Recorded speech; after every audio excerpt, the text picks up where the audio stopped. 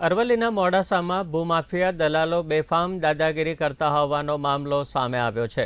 રામપુર સાકરિયાના ગ્રામજન દીવાબેન ડાભીએ રાહુલ પટેલ સહિત 4 શખ્સો સામે સાબલપુર ગ્રામ્ય પોલીસ સ્ટેશન સહિત જિલ્લા પોલીસ અધિક્ષકને લેખિતમાં ફરિયાદ કરી છે।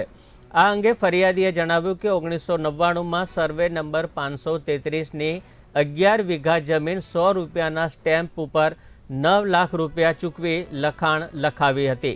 ખાતુભાઈ ડાભીએ કાંતિ પટેલ અને જયંતિ પટેલ પાસેથી બાના ખતથી ખરીદી હતી। આ જમીનમાં 5 બોર અને 10 જેટલા કાચા મકાનો છે, જેમાં અમારો 70 ગરીબોનો પરિવાર જીવન નિર્વાહ ચલાવે છે। ભૂમાફિયા રાહુલ પરસોત્તમ પટેલ જમીન ખાલી કરાવવા વારંવાર દબાણ કરે છે, ધાક ધમકી આપે છે, જમીન પચાવી પાડવાનો પ્રયત્ન પણ કરે છે। અમારી માંગ છે કે આ ભૂમાફિયા સામે કાયદેસરની કાર્યવાહી કરવામાં આવે।